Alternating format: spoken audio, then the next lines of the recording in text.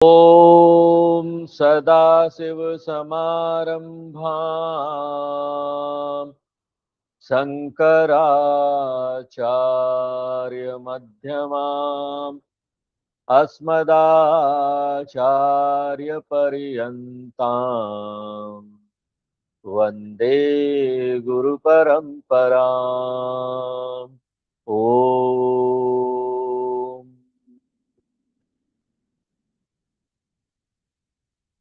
शंकराचार्य जी आत्मा का जो वर्णन कर रहे हैं वो जारी रखते हैं और आत्मा वाला विषय शुरू हुआ श्लोक नंबर 124 से और वो चलेगा 136 तक।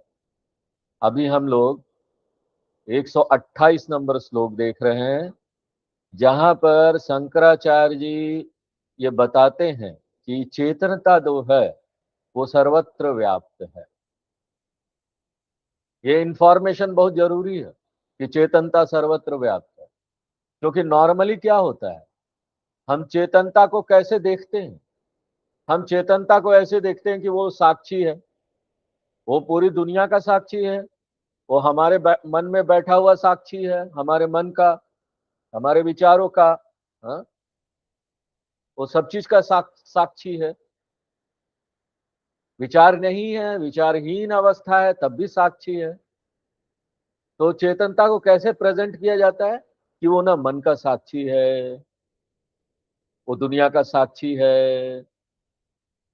जब मन का साक्षी है तो ऐसा लगता है कि चेतनता जो है ना वो सिर्फ प्राणियों में है। इसलिए इस गलत धारणा को दूर करने के लिए शास्त्र, और यहां पर शंकराचार्य जी पॉइंट आउट करते हैं, देखो, प्रकट करने के लिए शुरू में हम क्या बोल देते हैं, चेतनता मन में। लेकिन एक्चुअली क्या है, चेतनता मन से भी परे है। सिर्फ बात यही है ना कि एकमात्र मन में चेतनता पहचान में आता है, मन चेतन हो उठता है। मन के बाहर हमको पहचान में नहीं आता, हम रिकॉग्नाइज नहीं कर सकते कि वो है कि नहीं। मन के अंदर पहचानने के लिए उपलब्ध है, किस रूप में? साक्षी के रूप में, विचारों का साक्षी है। तो शंकराचार्य जी यहां पर इस धारणा को दूर कर रहे हैं, ये बताकर कि ये न विश्वमिदं व्याप्तम, चेतनता जो है पूरे विश्व में व्याप्त है। यम न व्यापनोति किंचन, जबकि कोई दूसरा चीज चेतनता को व्याप्त नहीं करता, उल्टा नहीं है।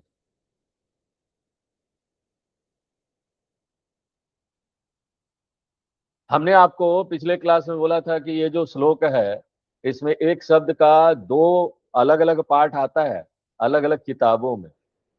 कहीं अभार रूप मिदम आएगा, कहीं आभा रूप मिदम आएगा। तो आभा रूप मिदम का क्या मतलब हुआ? चेतन। आ आकार लगा हुआ, और अगर छोटा अ हुआ तो अभार रूप मिदम, यानी कि जड़ दुनिया। आभा रूप मिदम, चेतना आत्मा, दोनों ही सही है। क्योंकि यहां शंकराचार्य जी बोल रहे हैं कि ये चेतनता दुनिया में व्याप्त है। अगर आप आभा रूप ले रहे हैं, आ ले रहे हैं, तो वो आत्मा के लिए विशेषण हो जाएगा, एडजेक्टिव। ये चेतनता पूरे संसार में व्याप्त है। और अगर आप उसको जड़ लेते हैं, ये पढ़ते हैं अभा रूप मिदम, तो वो किसका विशेषण बन जाएगा? एडजेक्टिव, दुनिया के लिए। यानी आत्मा ये जड़ दुनिया में व्याप्त है। दुनिया तो जड़ है, ये दुनिया जड़ है। आत्मा जो चेतन है वो ये दुनिया में व्याप्त है। तो दोनों ही रीडिंग सही है, चाहे आप अभारूप मिदम लीजिए चाहे आभारूप मिदम लीजिए, अंतिम अर्थ क्या निकलेगा? कि ये जो चेतन आत्मा है वो अचेतन, ये दुनिया है उसमें व्याप्त है, यूनिवर्स में, ब्रह्मांड में। इसलिए आप कोई भी शब्द को ले सकते हैं, अभारूपमिदम या आभारूपमिदम। अच्छा, क्या प्रूफ है कि चेतनता पूरी दुनिया में व्याप्त है? क्या प्रूफ है कि चेतनता पूरी दुनिया में व्याप्त है? देखो, प्रूफ ये है ना कि ये दुनिया मैं जान लेता हूं, ये प्रूफ है कि चेतनता पूरी दुनिया में व्याप्त है। देखिए, हम उदाहरण आपको एक दे रहे हैं, इससे क्लियर हो जाएगा। क्या प्रूफ है कि प्रकाश मेरे इस किताब को व्याप्त करता है? क्या प्रूफ है कि ये जो प्रकाश है मेरे किताब को व्याप्त करता है? इसके लिए किसी प्रूफ की जरूरत नहीं, मैं किताब को पढ़ पा रहा हूं, ये प्रूफ है, ये सबूत है कि ना किताब में प्रकाश सत्ता व्याप्त है। मैं उसको पढ़ पा रहा हूं, पढ़ना ही ये बता रहा है कि प्रकाश उसमें सर्वत्र व्याप्त है। अगर प्रकाश व्याप्त नहीं होता, मान लीजिए रात के अंधेरे में इलेक्ट्रिसिटी नहीं है, तो किताब हाथ में रहेगा लेकिन हम जान नहीं पाएंगे, पढ़ नहीं पाएंगे।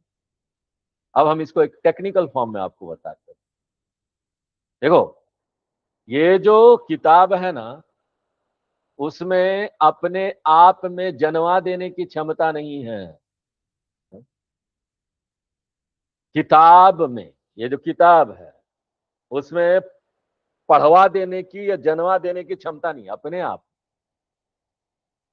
अगर हम किताब पढ़ पा रहे हैं अभी, ये इस कारण से है कि एक एक्स्ट्रा सत्ता है, एक और चीज है यहां पर जो उस पर व्याप्त है, प्रकाश। उसी प्रकार से वेदांत ये तर्क देता है कि ये दुनिया में अपने आप उनकी क्षमता नहीं है कि वो अपने आप को जन्मा दे। अगर नहीं जनवाना वाले जो दुनिया है, जो जिसको नहीं जान सकते, उसमें वो क्षमता नहीं अपने आप जन्मा देने की, वो हमको जानने में आ जाता है। जिस तरह से प्रकाश जब किताब में व्याप्त होता है तो किताब पढ़ने में आ जाता है, उसी प्रकार से ये पूरी दुनिया जो है वो एक दूसरे प्रकार के प्रकाश से व्याप्त है, और इसी प्रकाश को चेतनता बोलते हैं। चेतनता का प्रकाश पूरी दुनिया में व्याप्त है।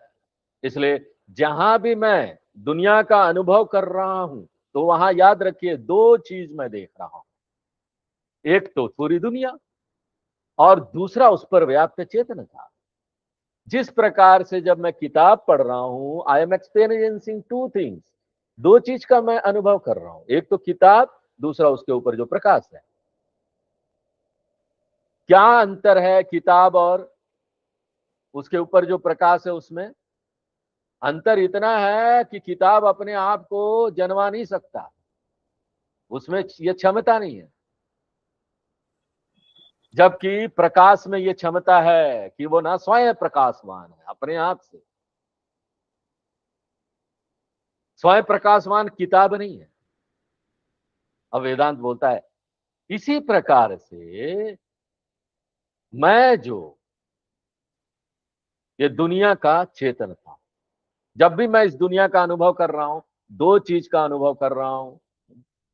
एक तो है वो दुनिया जो जड़ है, उसमें अपने आप कोई चेतनता नहीं है, जनवाने की क्षमता नहीं है, और एक स्वयं प्रकाशवान चेतनता, दो चीज का अनुभव कर रहा हूं।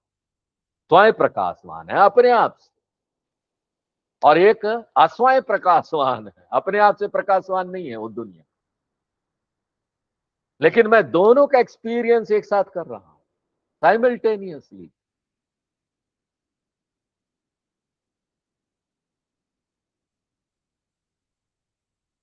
और जो अपने आप से न जन्मा पाए जड़ वाला, उसको बोलेंगे अनुभानम।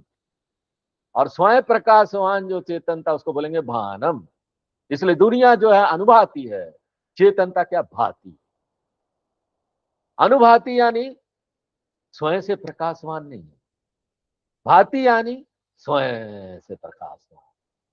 यम भांतम अनुभात्यम। और इस एक लाइन में शंकराचार्य जी एक बहुत प्रसिद्ध उपनिषद का मंत्र है, उसका सार डाल दे रहे हैं इस एक लाइन में। और क्या है? कठो उपनिषद में ये मंत्र आता है, न तत्र सूर्यो भाति न चंद्र तारकम नेमा विद्युतो भांति कुतोऽयमग्निः तमेव भान्तमनुभाति सर्वं तस्य भाषा सर्वमिदं विभाति। इस मंत्र का सार जो है वो इस अंतिम लाइन में उन्होंने बताया, शंकराचार्य। अब हम आगे 129 नंबर श्लोक पढ़ेंगे। पूनम पढ़िए।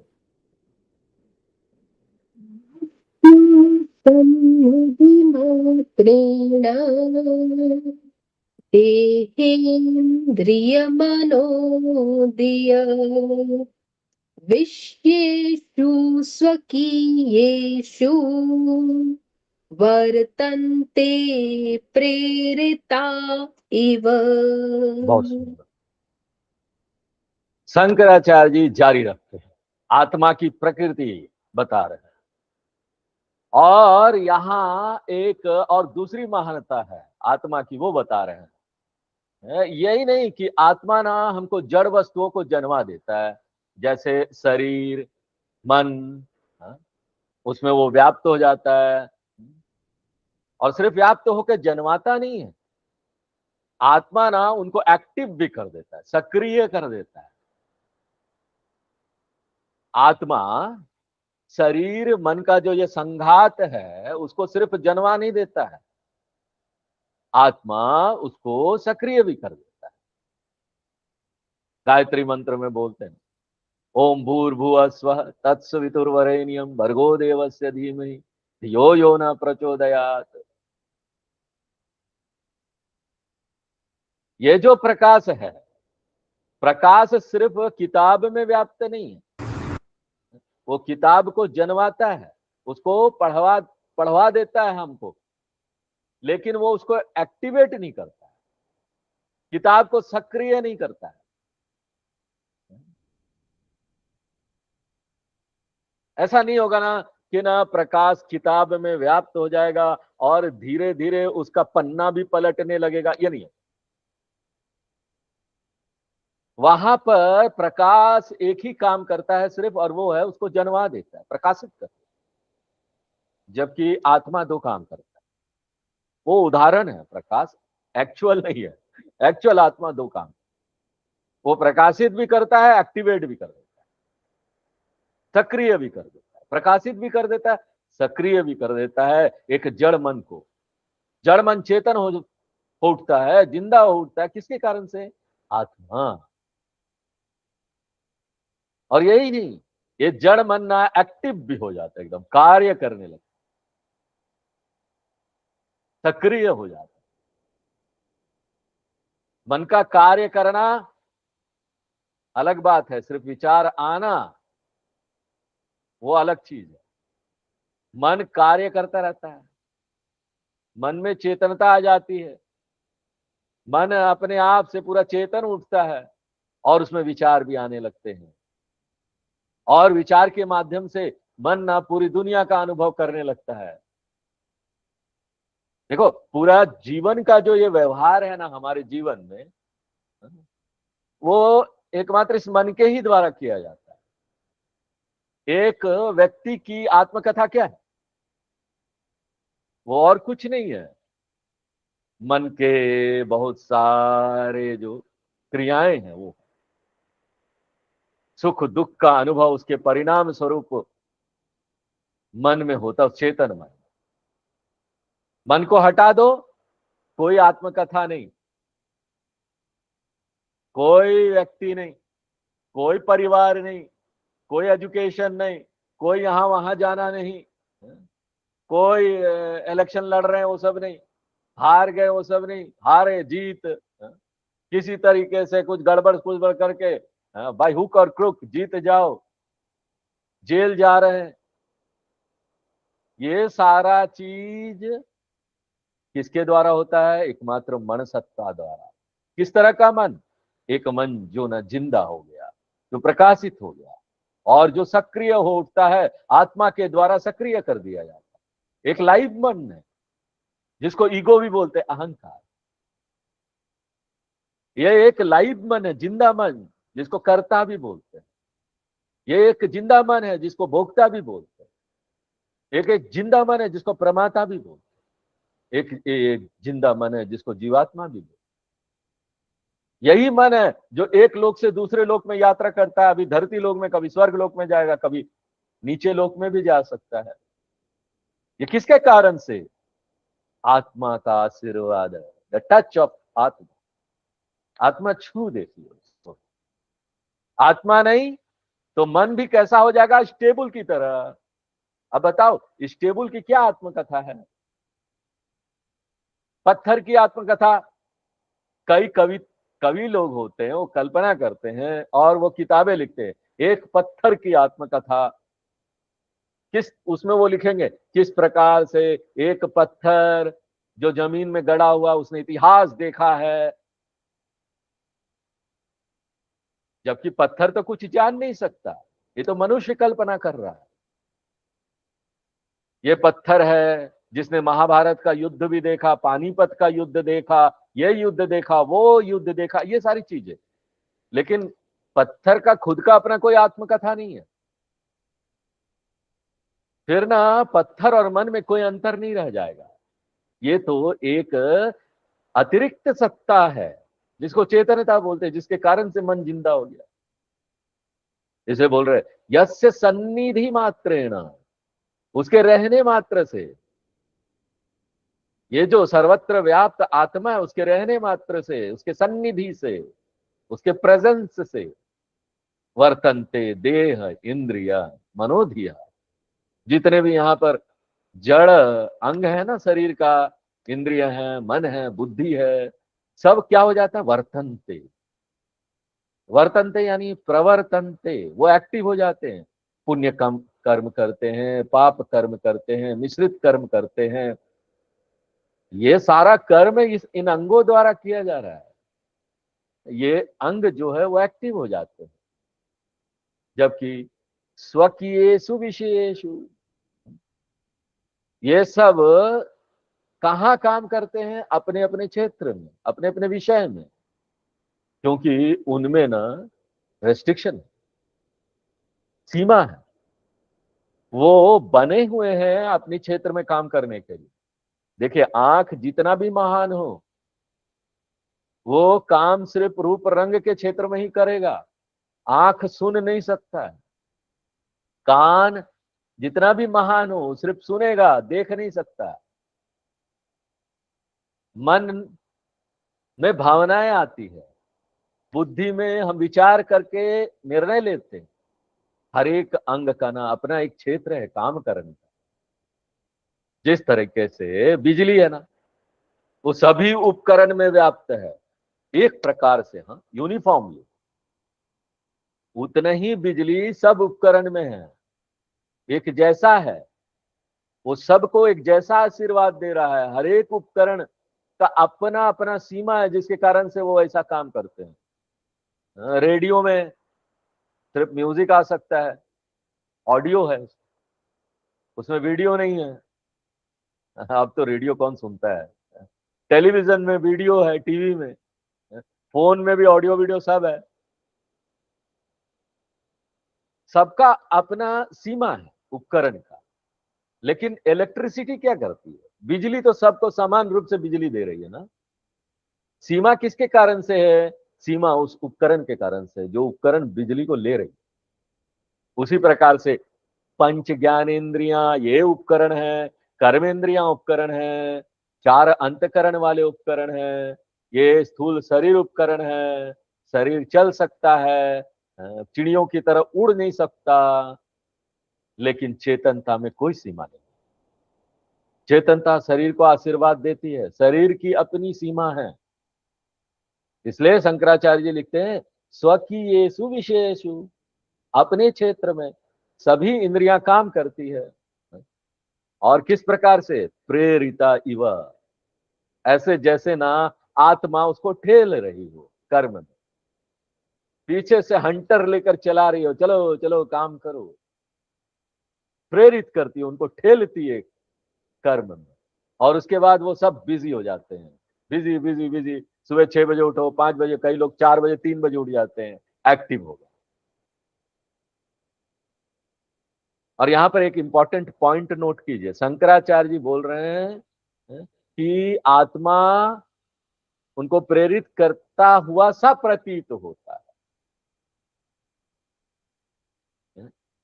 आत्मा इच्छा शक्ति से उनको ठेलता नहीं है कि आत्मा इच्छा कर चलो चलो तुम काम में। अगर आत्मा इच्छा शक्ति से उनको कर्म में प्रेरित करे, अगर आत्मा चुनने लगे कि ये कर्म करेगा, ये कर्म वो नहीं करेगा, तुरंत लोग ना दोष देने लगेंगे आत्मा को। सब लोग तो इंतजार कर रहे हैं ना किसके ऊपर ब्लेम डाला जाए, अपने कर्मों का, खराब अच्छे कर्मों का। एक बार हम बोलेंगे आत्मा ये करता है, तो वो बोलेंगे ये जो अपराधी वाला जो भावना आ रहा है मेरे मन में, किसी का हत्या कर दो, आत्मा की वजह से। आत्मा मेरे भीतर अपराधी वाला भावना डाल रहा है। इसलिए शंकराचार्य जी बोलते आत्मा का कोई इच्छा शक्ति नहीं है, आत्मा कुछ चुनता नहीं है, आत्मा कोई प्लानिंग नहीं करता, योजना नहीं बनाता, आत्मा कोई डिजाइन नहीं बनाता। ऐसा प्रतीत होता है कि आत्मा उनको क्रियामान कर रहा है, इव, इसलिए इव लिख रहे हैं, एस दो, ऐसा प्रतीत हो, एस दो, ऐसा प्रतीत होता है कि वो उसको सक्रिय कर रहा है। अच्छा ये नहीं कर रहा है तो सत्य क्या है? सत्य ये है कि सन्निधि मात्र, आत्मा तो बस है, बस हैपन है। उसके रहने मात्र से ये जो जड़ वस्तुएं हैं वो सक्रिय हो जाती है, और अपनी अपनी क्षमता के अनुसार, अपनी अपनी जो डिजाइन बनी हुई है उसके अनुसार, अपना मेकअप जो उनका बना हुआ उसके अनुसार वो कार्य करती है।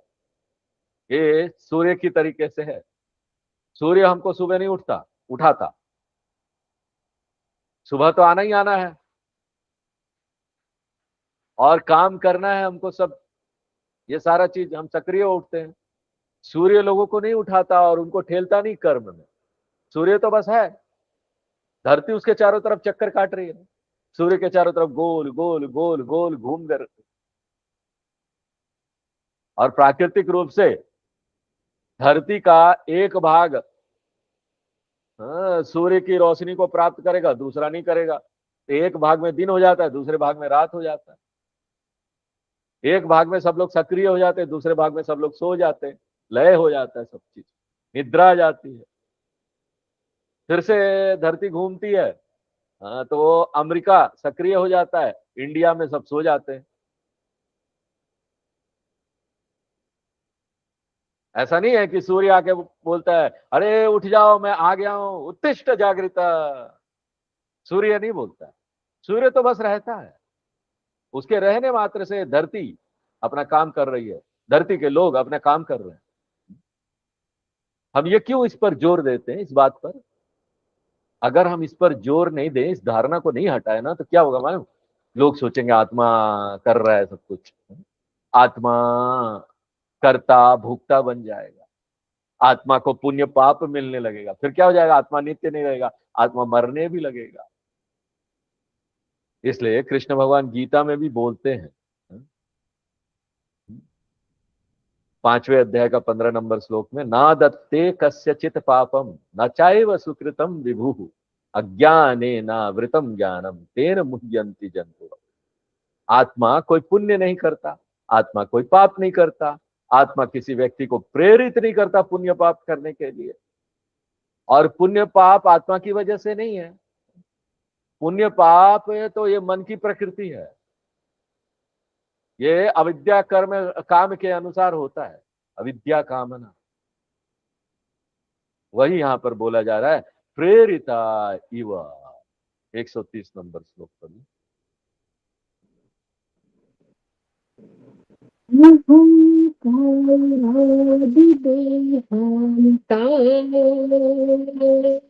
विषयाश्च सुखादय विद्यन्ते घटवत्येन नित्यबोधस्वरूपिणा वेद्यन्ते वेद घटवद। अहङ्कारादिदेहान्ताः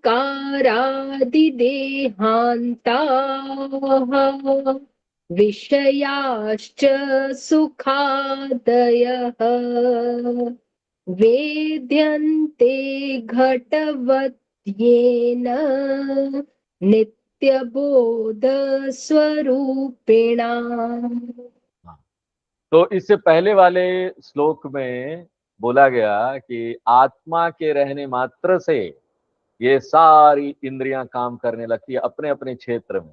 जिस तरह से बिजली के रहने मात्र से ये उपकरण काम करना शुरू करता है। लेकिन ना समस्या क्या मालूम, कोई भी उदाहरण ना समस्या आ जाएगा, उदाहरण देने से समस्या आ जाएगा। हमने आपको बिजली का उदाहरण दिया, शंकराचार्य जी सूर्य का उदाहरण देंगे या फिर वो चुंबक का उदाहरण देंगे। ये सब स्टैंडर्ड उदाहरण है। हाँ? सूर्य अयाकांत, अयाकांत यानी चुंबक, वो दूसरा उदाहरण है कि चुंबक के रहने मात्र से जो छोटी छोटी लोहे की कीलें होती है वो उनकी तरफ आकर्षित हो जाती, चुंबक की तरफ। ऐसा नहीं होता ना कि चुंबक सबको बुलाता है अपनी तरफ, ऐसा नहीं होता। चुंबक तो बस है, छोटी छोटी जो कीलें होती है वो उसकी तरफ आकर्षित हो जाती है प्राकृतिक रूप से, उससे चिपक जाती है। उसी तरह से सूर्य है। ऐसा जब हम उदाहरण देते हैं ना, वहां प्रॉब्लम आ जाता है। क्या प्रॉब्लम? क्योंकि हमने आपको बोला कि आत्मा चुंबक की तरह है या आत्मा सूर्य की तरह है, फिर ना आप आत्मा को देखने का कोशिश करेंगे। कहाँ है वो आत्मा? कहाँ है वो आत्मा जो शरीर को सक्रिय कर रही है, जो मन को सक्रिय कर रही है? वहीं पर ना उदाहरण ना टूट जाता, ज्यादा खींचेंगे ना वो टूट जाता। उदाहरण में जिस चीज की भी बात की जा रही हो तो वस्तु है ना, बाहर वस्तु है या शरीर के अंदर कोई वस्तु, उसकी बात की जा रही है। हर एक उदाहरण जो है आत्मा के बारे में, जो भी उदाहरण आपको दिया जाएगा वो तो या तो शरीर के अंदर की वस्तु है या बाहर की वस्तु है। लेकिन आत्मा क्या है? ना तो वो शरीर के अंदर है ना शरीर के बाहर है। फिर कहाँ है आत्मा? मैं खुद हूं। इसलिए हम आत्मा को ढूंढने का प्रयत्न करने लगते हैं, जिसके रहने मात्र से ये सब कुछ सक्रिय उठता है। जबकि हमको क्या करना चाहिए? इस सत्य को स्वीकार करना चाहिए, ये बोल के कि ना मैं ही वो आत्मा हूं जिसके रहने मात्र से मन काम करने लगता है। तो जहां भी आप आत्मा आत्मा अभी तक बोल रहे थे ना, प्रैक्टिस कीजिए बोलने के लिए कि मैं मेरे रहने मात्र से शरीर काम करना शुरू कर देता है, मेरे रहने मात्र से इंद्रियां काम करना शुरू कर देती है, मेरे रहने मात्र से मैं वो आत्मा हूं। और जब हम ये बोलने लगते हैं कि मैं वो आत्मा हूं जिसके रहने मात्र से ये सारी चीजें क्रियावान हो उठती है, तो अगला प्रश्न ये आता है कि मैं तो देख नहीं पाता। मेरे रहने मात्र से शरीर काम करती है, मन काम करता है, बुद्धि काम करती है, फिर मैं कौन हूं? मैं अपने आप को देखना चाहता हूं। शंकराचार्य जी बोलते हैं कि ना आप अपने आप को कभी नहीं देख पाएंगे, कभी नहीं देख पाएंगे। हाँ? फिर से वो उदाहरण याद कीजिए, कैमरा वाला उदाहरण। कैमरा सभी व्यक्ति का पिक्चर लेता है कि नहीं? लेकिन कैमरा खुद पिक्चर में नहीं। कैमरा कभी पिक्चर में नहीं आता, लेकिन फिर भी हमको कभी डाउट होता है कि कैमरा है या नहीं है, एग्जिस्टेंस है कि नहीं उसका। कैमरा कभी फोटो में नहीं आएगा, लेकिन फिर भी हमको कभी संशय नहीं होता कि कैमरा है कि नहीं, क्योंकि हर एक पिक्चर ये बता रहा है कैमरा है। उसी प्रकार से अगर हम चेतन है शरीर के प्रति, तो ये बात समझ लेना चाहिए कि वो कैमरा है। हम चेतन है मन के प्रति, तो ये बात समझ लेना चाहिए कैमरा है। हम चेतन है विचार के प्रति, ये बात समझ लेना चाहिए कि कैमरा है। हम चेतन है शून्यता के प्रति, कोई विचार नहीं है, बात समझ लेना चाहिए कि कैमरा है। ये चेतनता वाला कैमरा कभी भी इस क्षेत्र में नहीं आ सकता, लेकिन फिर भी हम कभी संशय नहीं कर सकते कि वो है या नहीं है। वो नहीं है, ऐसा संशय नहीं है। चेतनता कैमरा है। अब देखो, जब हम बोलते हैं ना, उदाहरण देते, तो उदाहरण को उदाहरण की तरह लेना चाहिए। अब यहाँ पर आप ये प्रश्न मत कीजिएगा, नहीं स्वामी जी किस कंपनी का कैमरा है और उसका लेंस कैसा है, उसका बॉडी कैसा है ये मत, उदाहरण बस उदाहरण के लिए होता है, समझने के लिए बस एक लाइन। कोई भी उदाहरण दीजिए ना आप, उसमें खतरा है, डेंजर। क्यों? आप उदाहरण को खींचते हैं असीमित और कंफ्यूज हो जाते हैं। अरे ये कैमरा होगा तो कैमरा ऐसा क्यों होगा, कैमरा का लेंस ऐसा है तो कौन सा लेंस है, सोनी का कैमरा है कि पैनासोनिक का है। इसलिए शंकराचार्य जी यहाँ बोलते हैं वेद्यंते, सब कुछ अनुभव होता है घड़े की तरह, वो सब चेतनता के कारण ही होता है। जिस चीज का भी अनुभव हमको हो रहा है, वेद्यंते, अवेयर हो जाते हैं हम, एक्सपीरियंस करते हैं, पिक्चर कर लेते हैं, फोटो बना लेते हैं। किस तरह से? घटवद। सब कुछ का अनुभव चेतनता के द्वारा हो रहा है, लेकिन चेतनता खुद पिक्चर में नहीं है, फोटो में नहीं है। उसी तरीके से चेतनता का अनुभव वस्तु बनाकर हम नहीं कर सकते, सामने रख कर। और क्या क्या चीज आत्मा के द्वारा अनुभव किया जाता है, वो बोलते सब कुछ। अहंकार आदि देहांत विषयाश्च, हम विषय से शुरू करें। विषय यानी बाहर की सभी वस्तुएं, उसका अनुभव हमको होता है चेतनता के कारण। कल्पना कीजिए, एक कैमरा है, बड़ा कैमरा, बड़ा एक कैमरा में पूरा वर्ल्ड का पिक्चर आ रहा है, दुनिया का, शब्द स्पर्श रूप रस गंध वाली ये दुनिया। चेतनता उसका पिक्चर खींच लेता है, अहंकार आदि देहांत, पंचकोश, पंचकोश का भी पिक्चर ले लेता है। और पंचकोश क्या है, माने उसमें भी चेतनता आ जाती है। अन्नमय, प्राणमय, मनोमय, विज्ञानमय, आनंदमय। इसका डिटेल हम बाद में देखेंगे, विस्तार आएगा। अहंकार आदि देहांत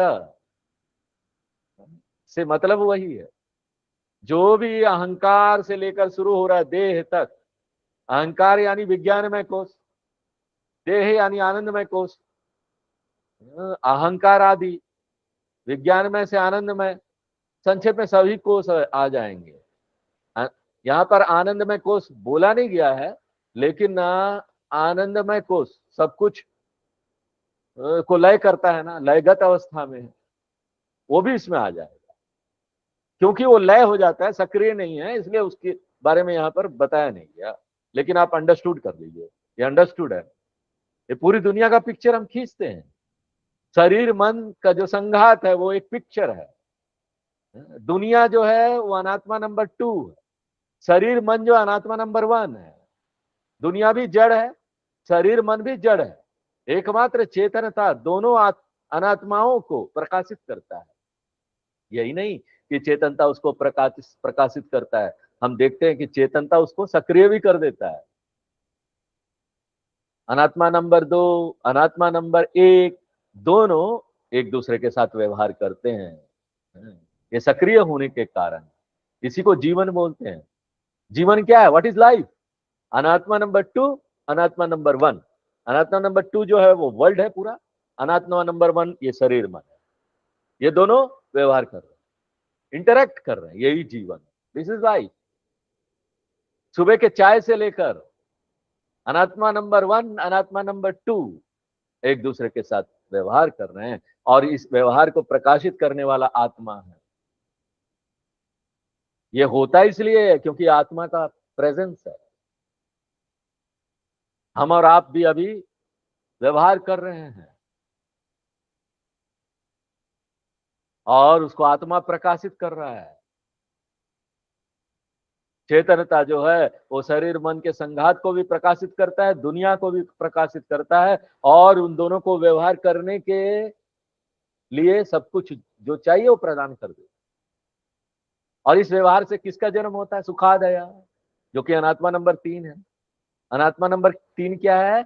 वैरायटी, बहु प्रकार का अनुभव जो हमको यहाँ आता है, इस इंटरेक्शन से दुनिया के साथ जो व्यवहार करते हैं अनुभव आता है।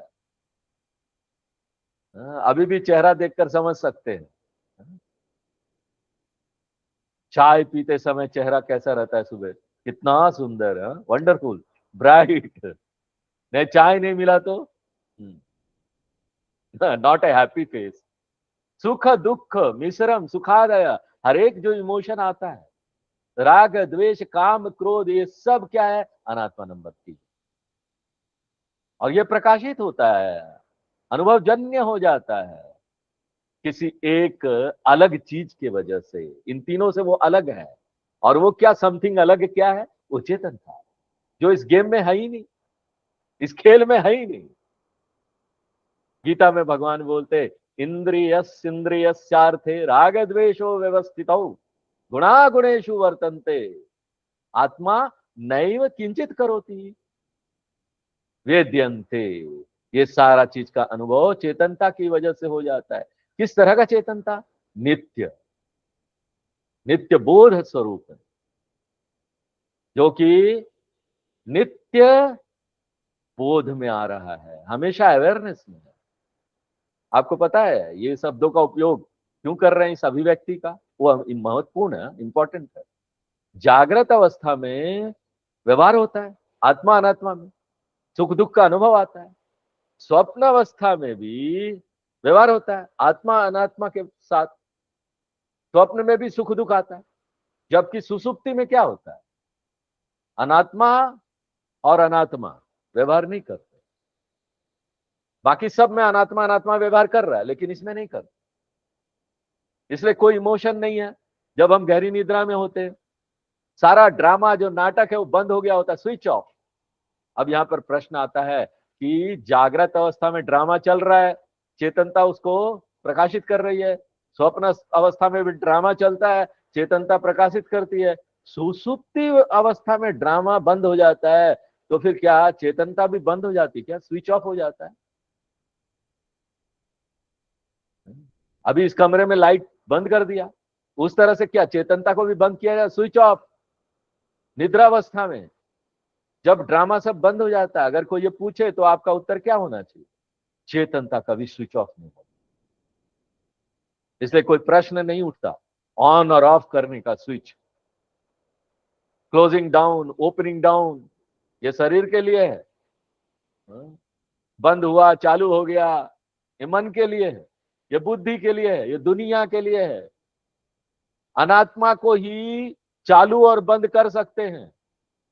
इसलिए जब आप बोलते हैं ना कि मैं सुबह जग गया, ये जगना क्या है, चेतनता नहीं, चेतनता कभी जगता नहीं, क्योंकि वो कभी सोने नहीं जाता। ये मन था जो सोने चला गया, ये मन है जो जग गया, खुल गया, चालू हो गया। चेतनता तो नित्य है, ये महत्व है ये शब्द का, नित्यम, नित्यम बोध स्वरूपिणः। चेतनता कभी भी स्विच ऑफ नहीं होता, और वो चालू नहीं किया जा सकता, क्योंकि वो बंद कभी नहीं होता। भगवान भी इस चेतनता को बंद नहीं कर सकते, क्यों, ये उसकी प्रकृति है। इसलिए नित्य बोध स्वरूपिणः, ये सारी चीजें हमको जनवाने में आ जाती है, जान जाते हैं हम। आगे 131 नंबर से ऊपर, अंतरात्मा पुरुषः पुराण निरन्तराखण्ड सुखानुभूतिः सदैकरूप प्रतिबोधमात्रः येनेशिता वागसवश्चरन्ति।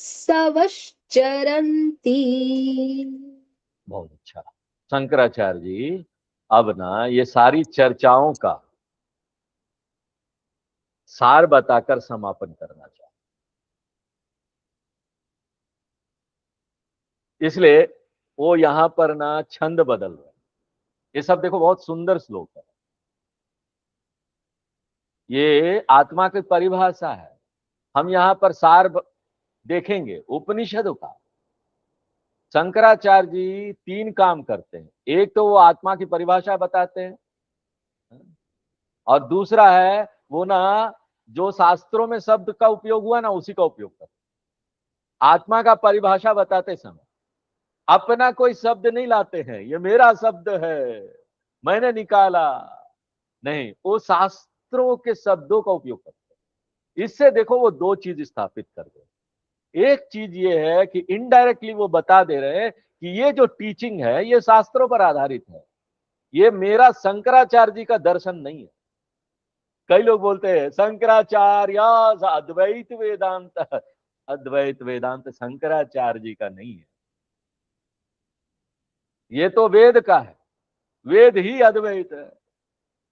शंकराचार्य जी तो बस व्याख्या करके उन्होंने बता दिया, ये शंकराचार्य जी का फिलॉसफी नहीं है, उनका दर्शन नहीं है। इसलिए वो क्या बोलते हैं, देखो मैं भी उन्हीं वहीं से लेता हूं, शास्त्रों से शब्द लेता हूं और आपको मक्खन निकाल के देता हूं, जो भी उपनिषद में बोला गया उसका मक्खन, बस इतना ही करता हूं मैं।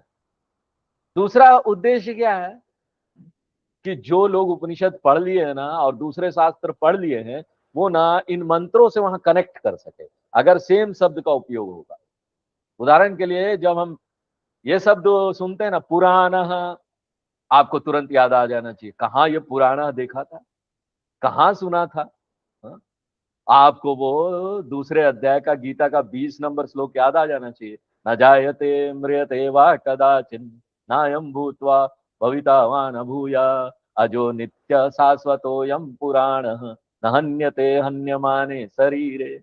वहां आया था ना ये सब, तो हमको वो याद आ जाता है, स्मरण में रिकलेक्ट कर लेते हैं। इसको बोलते हैं प्रत्यभिज्ञा।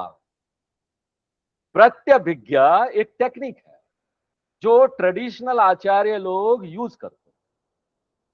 जो पारंपरिक आचार्य लोग हैं वो इस टेक्निक का यूज करते हैं। क्या मतलब है प्रत्यभिज्ञा का? जो सुनने वाला है ना वो शास्त्रों के इस मंत्र को रिकलेक्ट कर लेगा, उसके स्मरण में आ जाएगा। किस प्रकार से किया जाए ताकि उसको शास्त्रों के मंत्र याद आ जाए? उसी शब्द का उपयोग करें जो शास्त्र में दिया गया है। अगर आपने गीता नहीं पढ़ा है तो कोई बात नहीं, लेकिन अगर आपने गीता पढ़ा है तो आपको तुरंत याद आ जाएगा, अरे ये शब्द ना जायते म्रियते वह वहां था ना। तो ये सब ना स्मरण में लाने के लिए। आत्मा क्या है? येषु अंतरात्मा, इंटीमेट अंतरात्मा है वो हमारा, स्वयं प्रकाशमान हर समय अंतरात्मा, इनर सेल्फ। अब देखो ये अंतरात्मा जब बोलते हैं ना, इसको सही तरीके से समझना है। जब आप अंदर बोल देते हो, इनर, इस शब्द का आप उपयोग करेंगे तो आप ये प्रश्न पूछिए किस दृष्टि से। किसी ने ये प्रश्न पूछा कि ये सब अंदर है या बाहर है, अगर कोई प्रश्न पूछता है तो क्या जवाब आप दोगे? अगर आप बुद्धिमान हो ना, हाँ, तो आप क्या बोलोगे? हम जानते हैं आप सब लोग बुद्धिमान हैं, आप इस प्रश्न का उत्तर नहीं देंगे। अगर कोई पूछता है कि आप अंदर हो या बाहर, आप क्या करोगे? उसे काउंटर क्वेश्चन करो कि अंदर और बाहर से आपका क्या मतलब। मान लीजिए वो व्यक्ति बोलता है ये हॉल, तो आपका उत्तर है देखिए कि किस दृष्टिकोण से आप इसको बोल रहे हैं। अगर हॉल बोले तो हम अंदर है, और अगर ये गूगल मीट को आप हॉल समझ लीजिए, आप लोग सब अंदर है। और अगर दूसरे और दृष्टिकोण, बाहर कोई चीज पड़ा, बाहर कोई चीज है उसके दृष्टिकोण से पूछ रहे हैं, बाहर खड़ा है और बाहर पूछ रहा है, तो आप सब लोग कहीं और बाहर है। तो दृष्टिकोण अलग अलग हो जाता है। अगर मैं यहां पर हूं, इस दृष्टिकोण से कोई पूछ रहा है तो मैं हॉल के अंदर, कमरे के अंदर हूं। अगर कोई दूसरा दृष्टिकोण से पूछ रहा है, मैं बाहर हूं कहीं, तो वो उस दृष्टिकोण से मैं बाहर हूं। तो उसी प्रकार से अगर शरीर की दृष्टिकोण से कोई पूछ रहा है तो वो अंदर हो गया ना। अंदर मतलब शरीर की दृष्टिकोण से। तो जब भी आप बोलते हैं अंतरात्मा, तो हम ये क्या निष्कर्ष निकाल लेते हैं, ओहो आत्मा जो है ना शरीर के अंदर होगा। तो आपका ये निष्कर्ष हो जाता है ना, आत्मा शरीर के बाहर नहीं है। अपने आप को देखते हैं हम ना, यहाँ अंदर है तो हम बाहर नहीं है। तो आप क्या करते हैं, शरीर को रेफरेंस ले लेते, शरीर की दृष्टि से उसको पॉइंट लेते हैं। जब भी उपनिषद इस शब्द का उपयोग करता है ना, अंतर, तो आपको क्या समझना चाहिए, वो तत्व, वो आंतरिक सार सब कुछ का। देखो ये जल है ना, वो अंतरात्मा है सभी लहर का।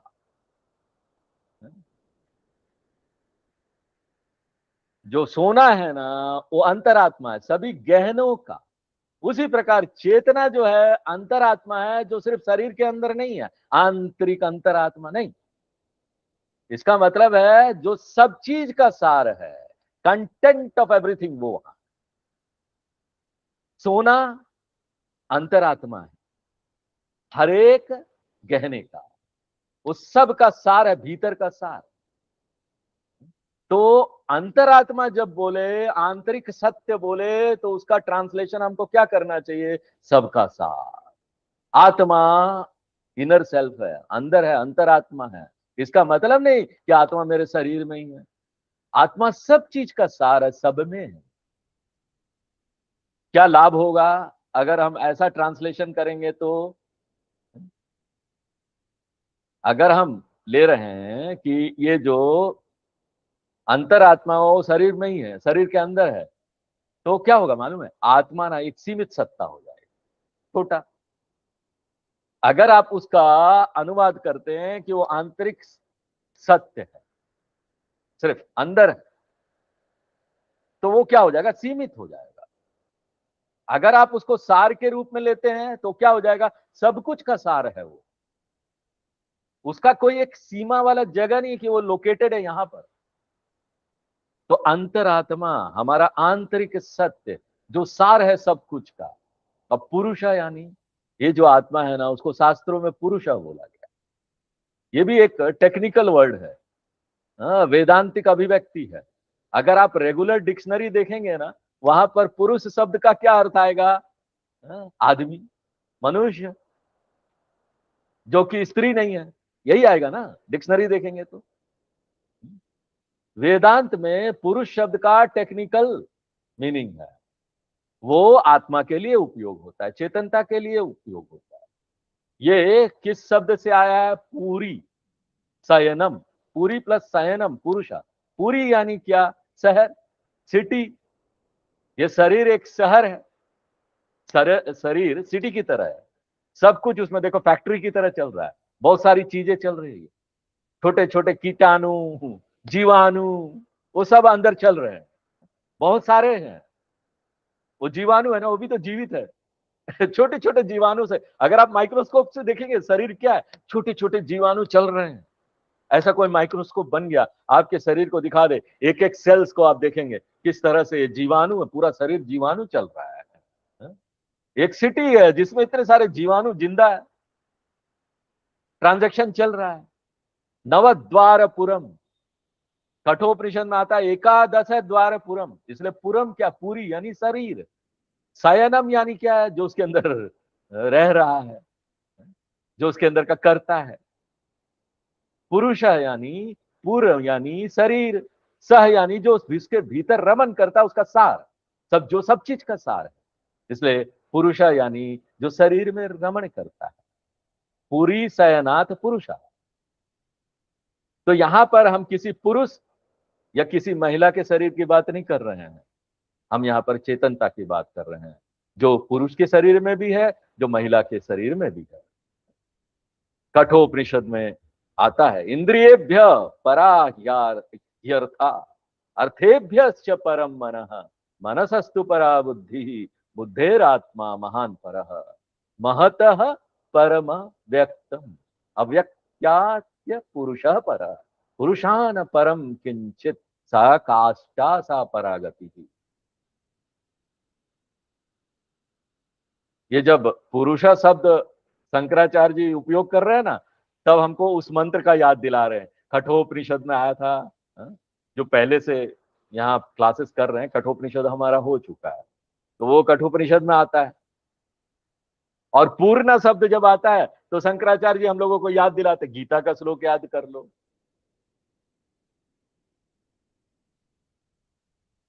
ये जो कठोपनिषद में भी आता है, ये ना जायते पूर्णा, यानी हमेशा फ्रेश रहने वाला, हमेशा एक जैसा रहता है। ये नहीं अभी कमजोर हो गया फिर ताकतवर हो गया। पूरा अपी नवा पुराना, बहुत पुराना है लेकिन आज भी बूढ़ा नहीं हुआ है, वैसे ही काम का है। पुराना है यानी ये नहीं कि वो कल आया था, ये परसों आया था, ये आप नहीं बोल सकते, अनादिकाल से,